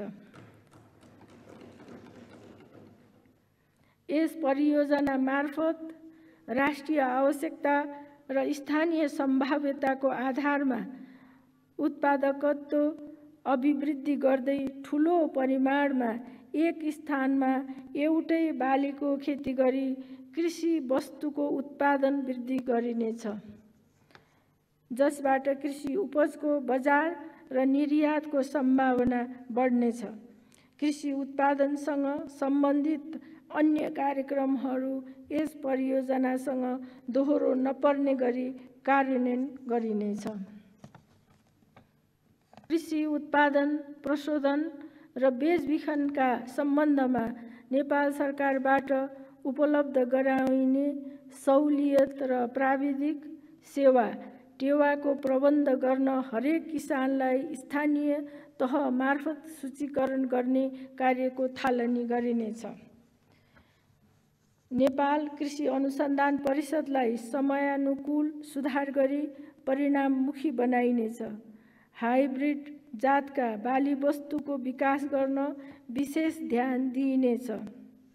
कृषि अनुसन्धान सम्बन्धी विद्यमान संरचनाहरूलाई स्तरोन्नति गरी सबै प्रदेशमा एग्रिकल्चर तथा लाइभस्टक एक्सलेन्स सेन्टरको विकास गरिनेछ। यी सेन्टरबाट कृषकहरूलाई सहभागी गराई कृषि र पशुपालनको व्यावहारिक अनुसन्धान र कृषि प्रविधिको प्रयोग सम्बन्धी सिप हस्तान्तरणसँगै उत्पादन गर्ने व्यवस्था मिलाइनेछ। स्थानीय मौलिक खाद्यान्न, फलफुल, तरकारी बालीहरू, पशुपन्छी पालन तथा मत्स्य पालनको पञ्जीकरण, उत्पादकत्व र बहुप्रयोगका बारेमा अनुसन्धान तथा प्रवर्धन गरिनेछ। कृषिलाई आयमूलक, आधुनिक र मर्यादित पेशा तथा उत्पादनशील व्यवसायको रूपमा विकास गरिनेछ। महिला सहकारी समूहहरू तथा अर्धबेरोजगार र वैदेशिक रोजगारीबाट फर्केका युवाहरूलाई कृषि व्यवसायमा आकर्षित गरिनेछ। सरकारले कृषि उत्पादनका लागि आवश्यक सडक, विद्युत, सिँचाइ, शीत भण्डार, सङ्कलन तथा बिक्री केन्द्र जस्ता पूर्वाधारको विकास गर्नेछ। वास्तविक कृषकलाई सरल ढङ्गले उत्पादनमा अनुदान उपलब्ध गराउने नीति लिइनेछ। कृषकहरूलाई अनुदानित बिउ तथा मल र नवीनतम प्रविधि समयमै उपलब्ध हुने व्यवस्था मिलाइनेछ। एउटा प्रयोजनको लागि एकै तह वा निकायबाट मात्र अनुदान उपलब्ध हुने व्यवस्था मिलाइनेछ। प्राकृतिक वरदानका रूपमा रहेका भूधरातल, जलवायु र जैविक विविधताको अधिकतम उपयोग गरी पोषक र औषधीय गुण भएका उच्च मूल्यका कृषि वस्तुको व्यावसायिक उत्पादन गर्न कृषकहरूलाई प्रोत्साहन गरिनेछ। यस सरकारले भूमि उपयोगविहीन रहने स्थितिको अन्त्य गर्ने नीति लिएको छ। सार्वजनिक वन क्षेत्र, सडक तथा राजमार्गका किनारा, नदी उकास र उपयोगविहीन सार्वजनिक सरकारी जमिनमा फलफुल र अन्य बिरुवा रोप्ने र संरक्षण गर्ने कार्यक्रम अभियानको रूपमा सञ्चालन गरिनेछ। निजी बाँझो जग्गा, खेतबारीका कान्ला र आलीमा समेत दलहन, तरकारी, फलफुल र अन्य बिरुवा लगाउन आम कृषकलाई अभिप्रेरित गरिनेछ। शहरी क्षेत्रमा करेसाबारी, कौशी र गमला खेती प्रवर्धन गरिनेछ। अर्गानिक कृषि उत्पादनलाई प्रोत्साहन गरिनेछ। अर्गानिक कृषि वस्तुहरूको प्रमाणीकरण र ब्रान्ड प्रवर्धन गरी राष्ट्रिय तथा अन्तर्राष्ट्रिय स्तरमा बजारीकरण गरिनेछ। कपास, रेशम, ऊन र अन्य विभिन्न प्रकारका धागो र रेसाको उत्पादन, प्रशोधन र प्रयोगको श्रृङ्खला विकास गरी व्यावसायिक उत्पादन र बजार व्यवस्थापनका लागि सहजीकरण गरिनेछ। कृषि योग्य भूमिको नियमित माटो परीक्षण गरिनेछ। माटो परीक्षण प्रयोगशाला विस्तार गरिनेछ। कृषकहरूलाई माटोको प्रकार, गुणस्तर र हावापानी अनुकूल खेती गर्न एवं उचित मात्रामा मल, बिउ र विषादीको प्रयोग गर्न प्राविधिक सेवा उपलब्ध गराइनेछ। गुणस्तरीय पशु स्वास्थ्य सेवा विस्तार गरिनेछ। प्राविधिकहरू कृषकको खेत, बारी, गोठ तथा फार्ममै पुगी कृषि तथा पशुपन्छी पालन सम्बन्धी प्राविधिक सेवा दिनुपर्ने व्यवस्था मिलाइनेछ। कृषकले लागतका आधारमा उत्पादनको उचित मूल्य प्राप्त गर्ने गरी कृषि उपजको बजारीकरणको प्रबन्ध गरिनेछ। बाली लगाउनु पूर्व नै प्रमुख खाद्यान्न बालीहरूको न्यूनतम समर्थन मूल्य तोकिनेछ। यसरी कृषकको बचत सुनिश्चित गरिनेछ। मुलुक कुखुराको अण्डामा आत्मनिर्भर भइसकेको छ। दूध, मासु र माछाको उत्पादनमा आत्मनिर्भरता नजिक पुगेको छ। उत्पादनको बजारीकरणमा सुधार आएको छ। दुग्ध प्रशोधन क्षमता वृद्धि भएको छ। आवश्यकता अनुरूप अझ वृद्धि गरिनेछ। दुग्ध उत्पादनका अन्य क्षेत्रहरूको समेत प्रयोग गर्ने गरी नयाँ कारखानाहरूको स्थापना गरिनेछ। नस्ल सुधारका कार्यक्रम सञ्चालन गरी उन्नत नस्लको व्यावसायिक पशुपन्छी पालनका लागि कृषकहरूलाई प्रोत्साहन गरिनेछ। पोषणयुक्त पशु आहारको उत्पादन र प्रवर्धन गरिनेछ। पशुपालनका लागि घाँस खेती गरिनेछ। बृहत चरीचरण विकास गरिनेछ। हिमाली क्षेत्रमा चौरी, भेडा तथा च्याङ्ग्रा, तराई र पहाड र तराईमा गाई, भैँसी, बाख्रा, बङ्गुर तथा कुखुरा पालन गरी दूध, मासु, अण्डा र उनको उत्पादन बढाइनेछ। पशुजन्य उत्पादनको गुणस्तर नियन्त्रण तथा नियमन गरी बजार व्यवस्थापनमा सहजीकरण गरिनेछ। गुणस्तरीय पशु स्वास्थ्य सेवा विस्तार गरिनेछ।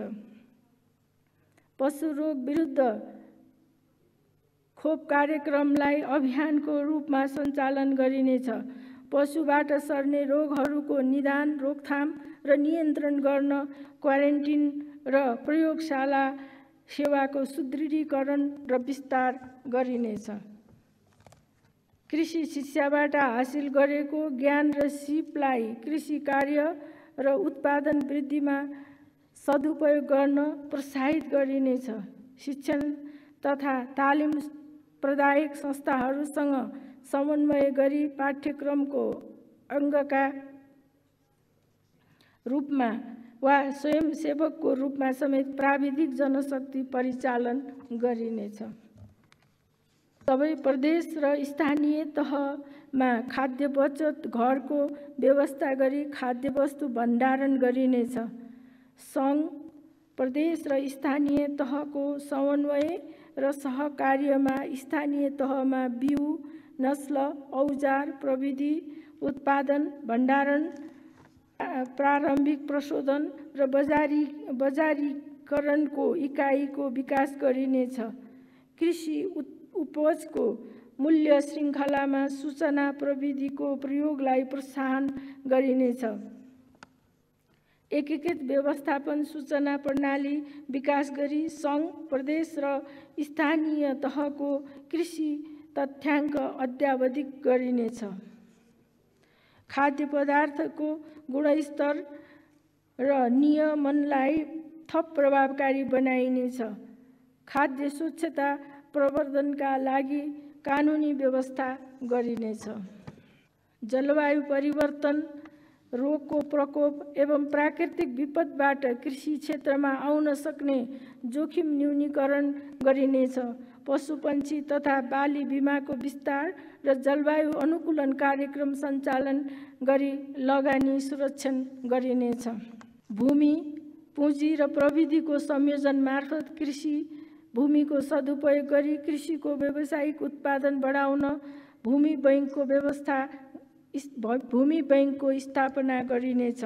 भूमिको चक्लाबन्दीलाई प्रोत्साहन गरी करार तथा व्यावसायिक खेती, सहकारी खेती र सामूहिक खेती गर्न वा समुदायको समन्वयमा एकै प्रकारको बाली लगाउन उत्प्रेरित गरिनेछ। स्थानीय तह मार्फत बाँझो रहेको सार्वजनिक जग्गामा करार खेती गर्न प्रोत्साहन गरिनेछ। यस्ता खेती प्रणालीको प्रवर्धन गरेर सरकारले एकै साथ उत्पादन वृद्धि र रोजगारी सिर्जना गर्नेछ। स्थानीय उत्पादन वृद्धि, रोजगारी सिर्जना र गरिबी न्यूनीकरण गर्न सहकारी क्षेत्रको प्रवर्धन गरिनेछ। उद्देश्य र कार्यक्षेत्रको विश्लेषणका आधारमा सहकारी संस्थाहरूलाई एक आपसमा गाभिन प्रोत्साहन गरिनेछ।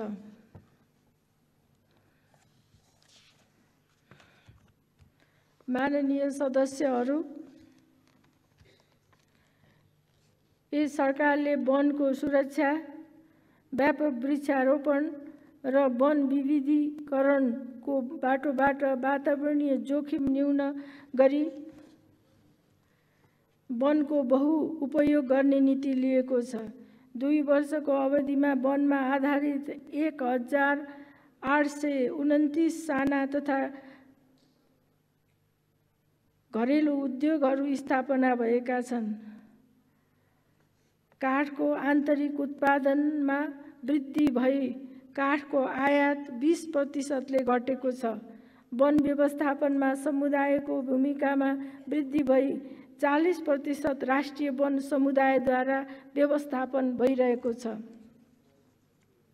वन र जैविक विविधता संरक्षण र विकासलाई सरकारले उच्च महत्त्व दिएको छ। 2 वर्षको अवधिमा करिब 4 करोड बिरुवा उत्पादन गरी कृषकहरूलाई समेत वितरण गरिएको छ। सरकारी स्तरबाट करिब 7,000 हेक्टर जमिनमा वृक्षारोपण गरिएको छ। 50 लाख फलफुलका बिरुवा रोपिएका छन्।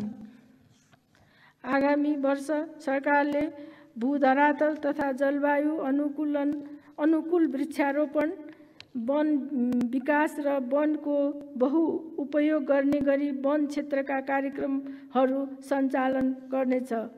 जमिनको बहुउपयोग, आय आर्जन तथा जीविकोपार्जन सुधार र वातावरण संरक्षणमा योगदान पुग्ने गरी कृषि वनको विस्तार गरिनेछ। सबै प्रदेशमा कम्तीमा 1 नमुना कृषि वन विकास कार्यक्रम कार्यान्वयन गरिनेछ।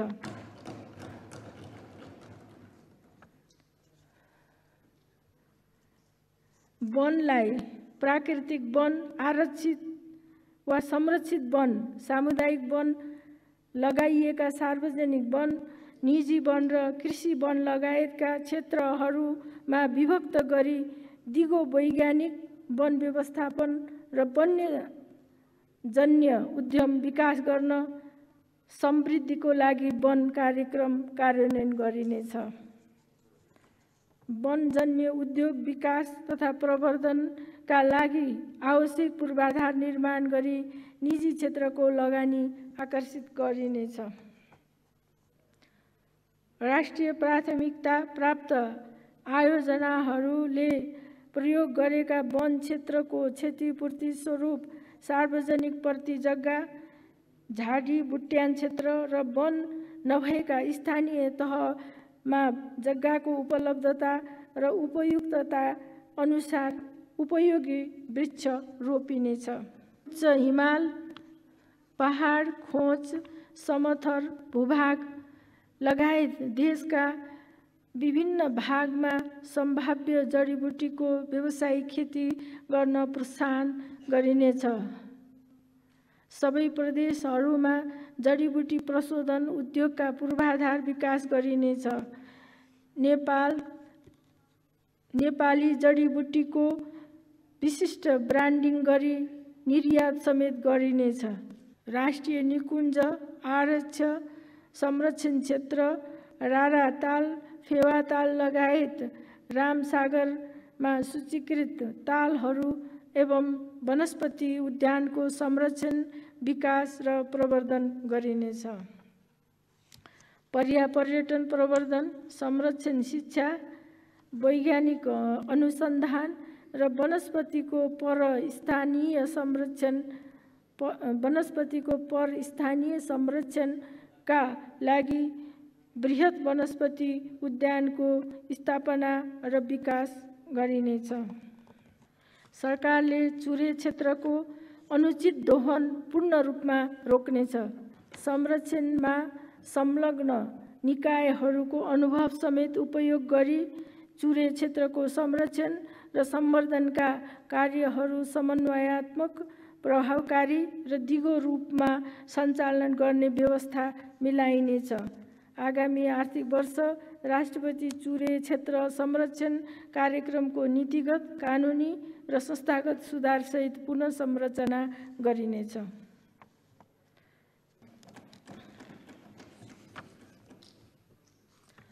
एकीकृत ऊर्जा तथा सिंचाई कार्यक्रम मार्फत सौर ऊर्जा समेतको प्रयोग गरी पहाडी तथा हिमाली क्षेत्रका कृषियोग्य जमिनमा सिंचाई सुविधा उपलब्ध गराइनेछ।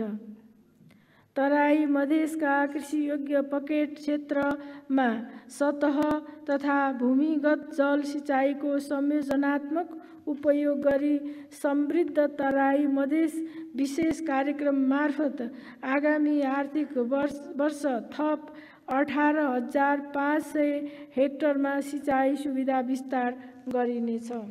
मोरचिसाङ, माडीदाङ, कालीगण्डकी तिनाउ डाइभर्सन आयोजनाको अध्ययन सम्पन्न गरी सम्भाव्यता तथा प्राथमिकताका आधारमा कार्यान्वयन अघि बढाइनेछ। नदी नियन्त्रणका लागि 1070 किलोमिटर तटबन्ध निर्माण गरिएको छ। आगामी वर्ष मानव बस्ती, कृषियोग्य जमिन र अन्य स्रोत सम्पदालाई क्षति हुनबाट बचाउन कोशी, कमला, नारायणी र कर्णाली नदी नियन्त्रणका विशेष कार्यक्रम सञ्चालन गरिनेछ। नदी नियन्त्रणमा स्थानीय सामग्रीको प्रयोग गरी जैविक प्रविधि अवलम्बन गरिनेछ।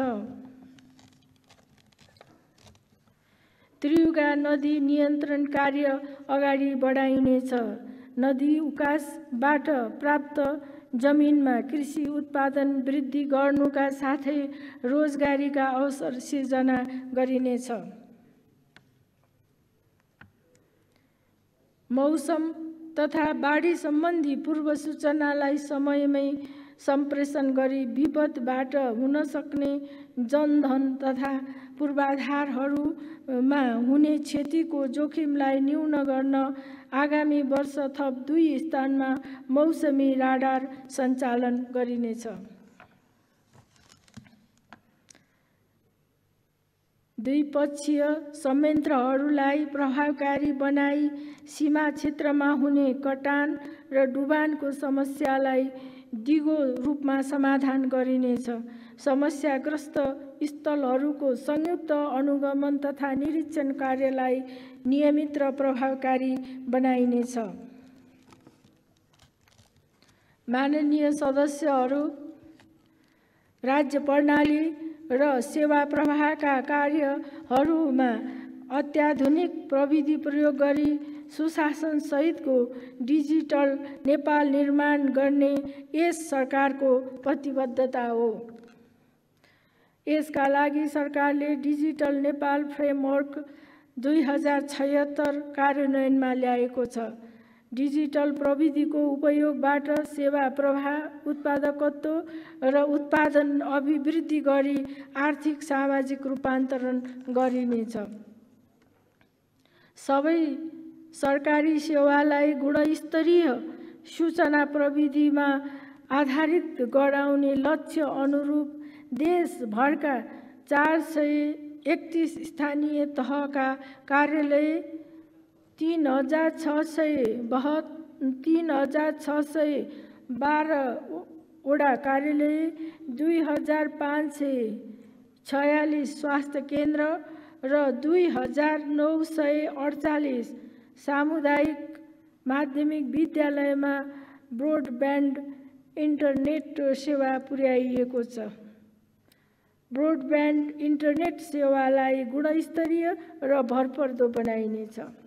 इन्टरनेट सेवा सुलभ, सहज र सरल रूपमा उपलब्ध गराउन सेवा प्रदायकहरूको साझेदारीमा पूर्वाधार निर्माण गरी सहप्रयोग गर्ने व्यवस्था मिलाइनेछ। सरकारी निकायहरूले प्रयोगमा ल्याएका एप्सहरूलाई एकीकृत तथा अन्तर आबद्ध गरी सरकारी सेवा प्रवाहलाई सहज र प्रविधि मैत्री बनाइनेछ। एकीकृत एप्स मार्फत सरकारी काम कारबाहीको अनुगमन, गुनासो सुनवाई तथा सम्बोधन हुने व्यवस्था मिलाइनेछ। 2 वर्षभित्र सबै सरकारी कारोबार नगद रहित बनाइनेछ। व्यक्ति बीचको कारोबार र सबै किसिमका व्यवसायको भुक्तानी विद्युतीय माध्यमबाट गर्न सकिने व्यवस्था गरिनेछ। दूरसञ्चार सेवाको विस्तार गर्न उच्च हिमाली भेगमा ब्रोडब्यान्ड सहितको इन्टरनेट सेवा उपलब्ध गराउन एवं ब्यान्डविड्थको भुक्तानीका लागि रकम विदेशी नदिनका लागि आगामी 2 वर्षभित्र नेपालको आफ्नै स्याटेलाइट स्थापना गरी सञ्चालनमा ल्याइनेछ। सुरक्षित छापाखाना स्थापना गरी अन्तःशुल्क, स्टिकर, हुलाक टिकट, जग्गा धनी प्रमाण पूर्जा र सार्वजनिक महत्त्वका कागजातहरूको सुरक्षण मुद्रण गरिनेछ। आम सञ्चार क्षेत्रलाई मर्यादित र व्यावसायिक बनाई स्थिरता, स्थायित्व र विकासमा सञ्चार जगतको योगदान प्रवर्धन गर्न कानुनी र संस्थागत सुधार गरिनेछ। पत्रकार दुर्घटना बिमा र पत्रकार वृत्ति कोषलाई सञ्चारकर्मीहरूको हितमा परिचालन गरिनेछ। हुलाक सेवाको पुनः संरचना गरी नागरिकता, राहदानी लगायतका दस्तावेज हुलाक मार्फत सम्बन्धित स्थानमा पुर्याउने व्यवस्था गरिनेछ। नागरिकका वैयक्तिक तथा जैविक विवरण समेटिएको एकीकृत राष्ट्रिय परिचय पत्र व्यवस्थापन सूचना प्रणालीको विकास गरिनेछ। आगामी 3 वर्षभित्रमा सबै नागरिकलाई पृथक नम्बर सहितको राष्ट्रिय परिचय पत्र वितरण गरिनेछ। राज्यबाट प्रवाह हुने सेवा सुविधालाई यस प्रणालीमा आबद्ध गरिनेछ। आगामी 3 वर्षभित्रमा सबै स्थानीय तहबाट अनलाइन प्रणाली मार्फत व्यक्तिगत घटना दर्ता गर्ने व्यवस्था मिलाइनेछ। विद्युतीय राहदानी कार्यान्वयनमा ल्याई राहदानी सम्बन्धी सेवा प्रवाहलाई थप सुरक्षित, प्रविधियुक्त र गुणस्तरीय बनाइनेछ। माननीय सदस्यहरू, महिला, बालबालिका, अपाङ्गता भएका व्यक्ति र ज्येष्ठ नागरिक सम्बन्धी कार्यमा संलग्न सरकारी निकाय एवं सङ्घ संस्थाको पुनः संरचना गरी समाज कल्याणका लक्षित कार्यक्रमहरूलाई एकीकृत र परिणाममुखी बनाइनेछ। एकीकृत सामाजिक विकास ऐन तर्जुमा गरिनेछ। राष्ट्रपति महिला उत्थान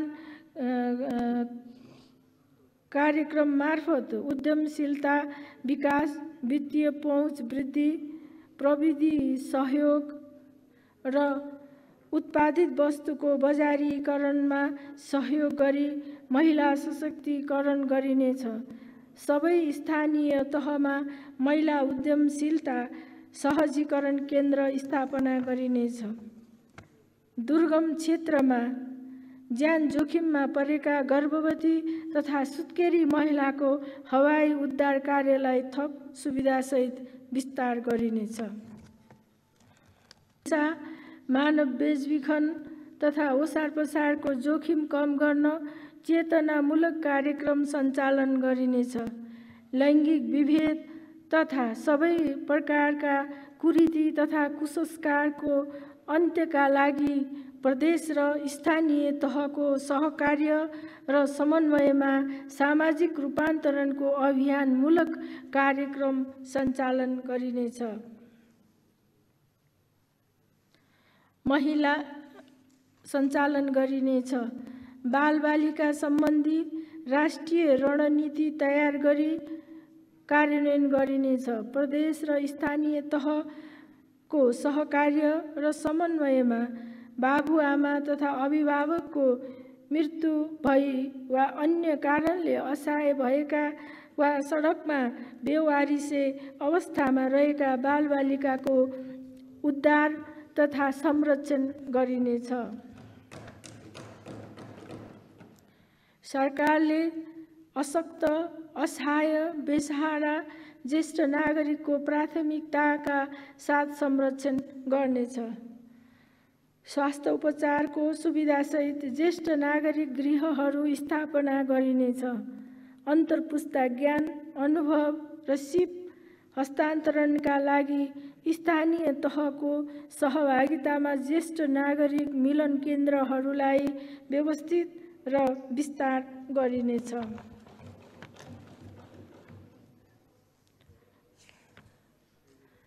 अपाङ्गता भएका व्यक्तिहरूको शिक्षा, स्वास्थ्य, मनोरञ्जन, खेलकुद, रोजगारी र आय आर्जनका लागि विशेष कार्यक्रम सञ्चालन गरिनेछ। असहाय, स्वास्थ्य जोखिममा रहेका, घर बाहिर अलपत्र परेका आश्रयहीन व्यक्तिहरूको उद्धार, उपचार तथा पुनर्स्थापना गरिनेछ। सरकारले यस कार्यमा संलग्न व्यक्ति तथा सङ्घ संस्थाहरूको योगदानको कदर गर्दै आवश्यक सहयोग, समन्वय र सहकार्य गर्नेछ। माननीय सदस्यहरू, युवाको क्षमता अभिवृद्धिका लागि सबै प्रदेशमा युवा नवप्रवर्धन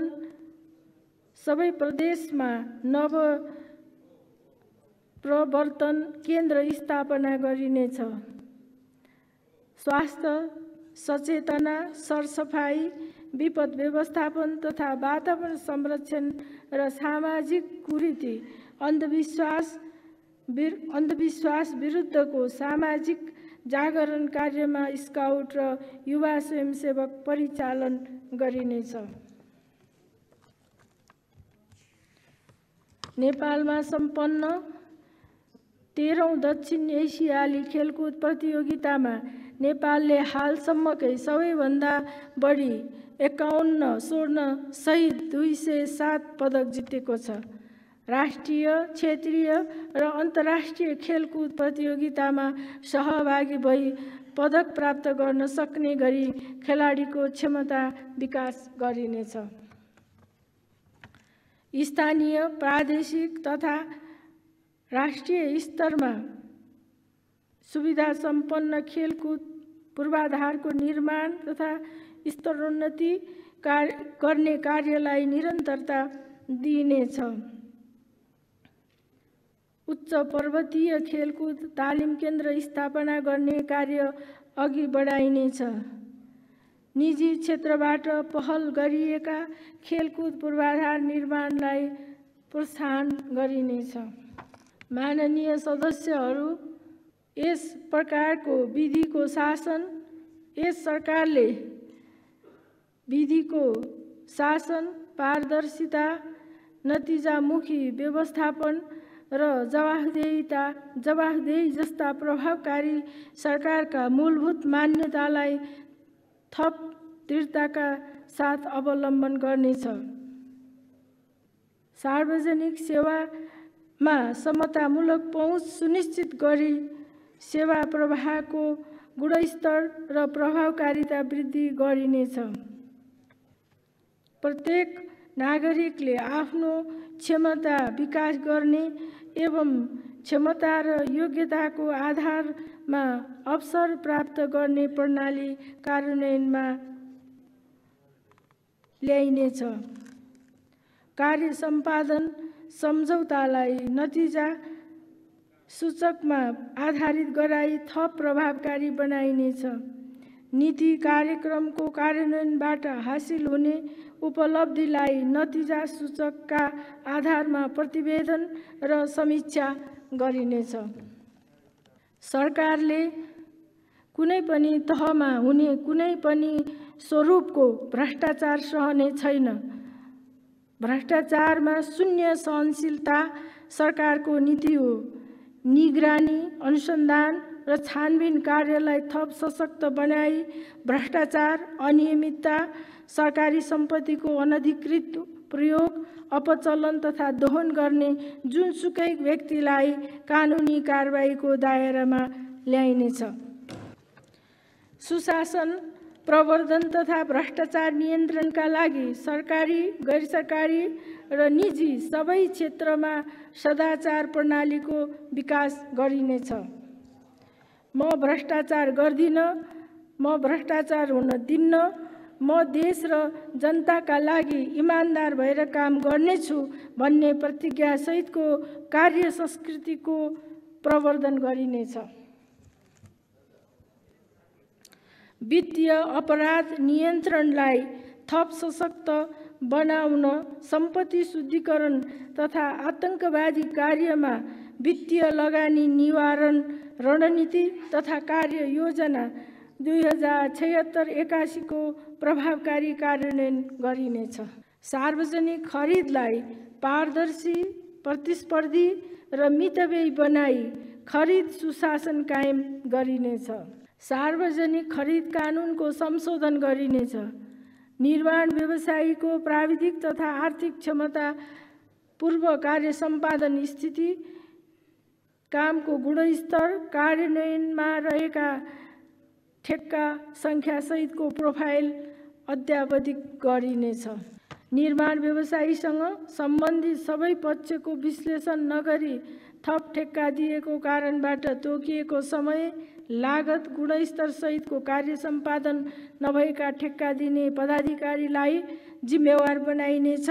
त्रुटिपूर्ण परामर्श दिने परामर्शदातालाई जिम्मेवार बनाइनेछ। माननीय सदस्यहरू, सुशासन, शान्ति, सुरक्षा र अपराध अनुसन्धानमा उल्लेख्य सुधार भएको छ। सुरक्षा निकायहरूको क्षमता वृद्धि गरी आम जनताले महसुस गर्न सक्ने गरी शान्ति सुरक्षाको व्यवस्था मिलाइएको छ। क्षमता वृद्धि गरी आम जनताले महसुस गर्न सक्ने गरी शान्ति सुरक्षाको व्यवस्था मिलाइएको छ। नेपाल सार्क मुलुकहरूमध्ये विधिको शासन सम्बन्धी सूचाङ्कमा दोस्रो र विश्व शान्तिको सूचाङ्कमा तेस्रो स्थानमा रहन सफल भएको छ।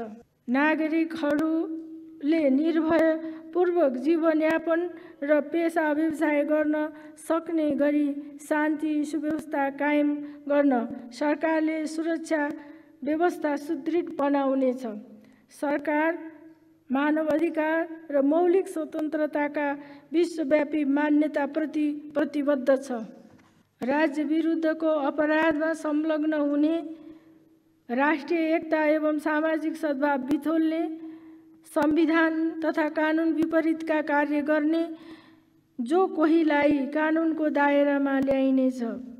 अपराधिक कार्यमा संलग्न हुने, शान्ति सुरक्षामा खलल पुर्याउने र कुनै प्रकारले समाजमा भ्रम, द्वेष, हिंसा, आतंक फैलाउने लगायतका क्रियाकलापमा संलग्न हुनेलाई कानुनी कारबाही गर्न कुनै कसर बाँकी राखिने छैन। अपराध अनुसन्धान र अभियोजनलाई तथ्यपरक र वैज्ञानिक बनाइनेछ।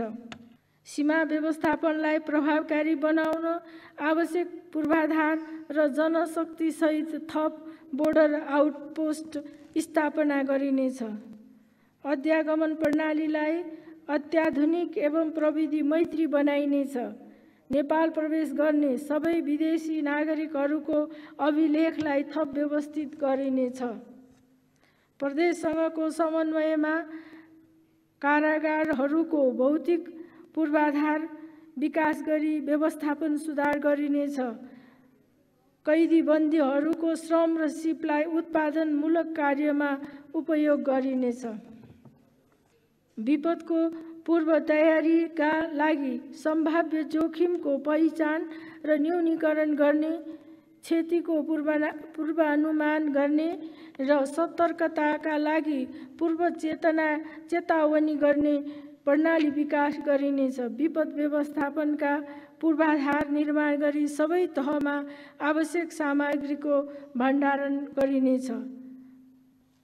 सङ्घ, प्रदेश र स्थानीय तह, निजी क्षेत्र तथा समुदायको समन्वय एकीकृत रूपमा खोज, उद्धार र राहतको व्यवस्था मिलाइनेछ। विगत लामो समयदेखि पुनः स्थापित हुन नसकेका विपद प्रभावितहरूलाई पुनः स्थापना गर्ने कार्यलाई तीव्रता दिइनेछ। विपद व्यवस्थापनका लागि जिम्मेवार निकायहरूको क्षमता विकास गरिनेछ। न्याय सम्पादनलाई छिटो छरितो बनाइनेछ। सहज पहुँचयुक्त न्याय प्रणालीको प्रवर्धन गरिनेछ। न्यायपालिकाको चौथो पञ्चवर्षीय रणनीतिक योजनाको कार्यान्वयन गरिनेछ। शान्ति प्रक्रिया र सङ्क्रमणकालीन न्याय सम्बन्धी बाँकी कार्य सम्पन्न गरिनेछ। विगतको जनआन्दोलन र द्वन्द्वकालमा घाइते भई थप उपचारको आवश्यकता भएका व्यक्तिहरूको उपचार गर्ने व्यवस्था मिलाइनेछ। आन्दोलन र द्वन्द्वबाट घाइते तथा अङ्गभङ्ग भएका व्यक्तिहरूलाई रोजगारी र स्वरोजगारका अवसर उपलब्ध गराउन प्रविधि, तालिम र वित्तीय पहुँचको व्यवस्था गरिनेछ। नेपाली सेना लगायत सबै सुरक्षा निकायहरूलाई आवश्यक पर्ने स्रोत साधन उपलब्ध गराई दक्ष, व्यावसायिक र उच्च मनोबलयुक्त बनाइनेछ। सुरक्षाकर्मीहरूलाई नियमित तालिम प्रदान गरी क्षमतावान बनाइनेछ। राष्ट्रिय प्रतिरक्षा विश्वविद्यालय सञ्चालनको आवश्यक तयारी पूरा गरिनेछ। सैनिक सामग्री उत्पादनमा राष्ट्रिय क्षमता वृद्धि गरिनेछ। राष्ट्रिय एकीकरण पदमार्गको संरक्षण र प्रवर्धन गरिनेछ। राष्ट्रिय योजना आयोगलाई विकास नीति, कार्यक्रम र आयोजनाको मूल्याङ्कन एवं अनुसन्धानमा केन्द्रित गरिनेछ। आगामी वर्ष राष्ट्रिय जनगणना, नेपाल जीवनस्तर मापन सर्वेक्षण, औद्योगिक गणना तथा सुख सर्वेक्षण सम्पन्न गरिनेछ। माननीय सदस्यहरू, नेपालले महत्त्वपूर्ण अन्तर्राष्ट्रिय मञ्चहरूमा प्रभावकारी, अर्थपूर्ण र सम्मानजनक सहभागिता जनाएको छ। सरकारको स्वतन्त्र र सन्तुलित परराष्ट्र नीतिले नेपालप्रति अन्तर्राष्ट्रिय समुदायको विश्वास र अभिरुचि बढेको छ। नेपालको प्रतिष्ठा वृद्धि भएको छ।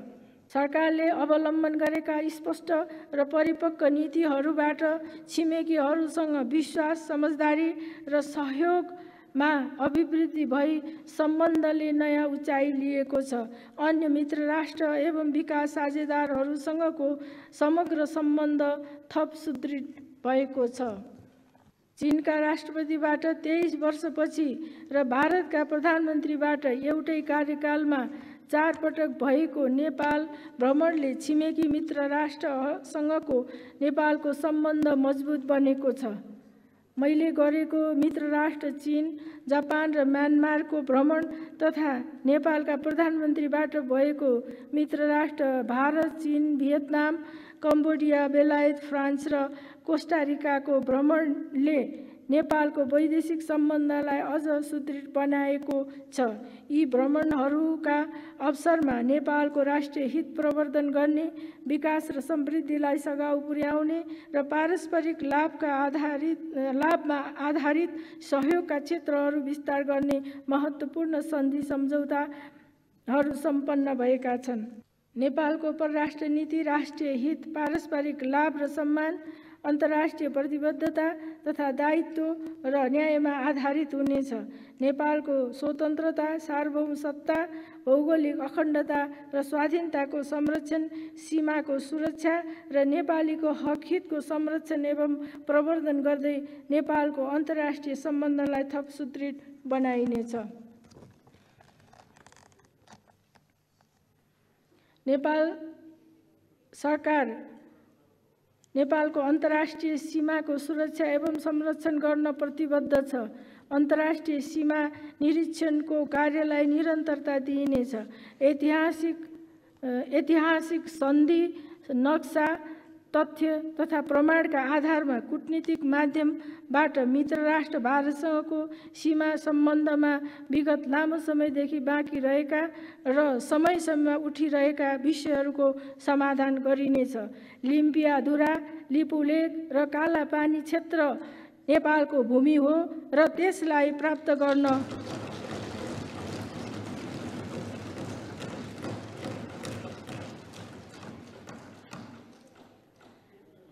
लिम्पियाधुरा, लिपुलेक र कालापानी क्षेत्र नेपालको भूमि हो र त्यसलाई प्राप्त गर्न ठोस कूटनीतिक पहल गरिनेछ। तदनुरूप नै छुटेको भूमि समेत समावेश गरी नेपालको नक्सा जारी गरिनेछ।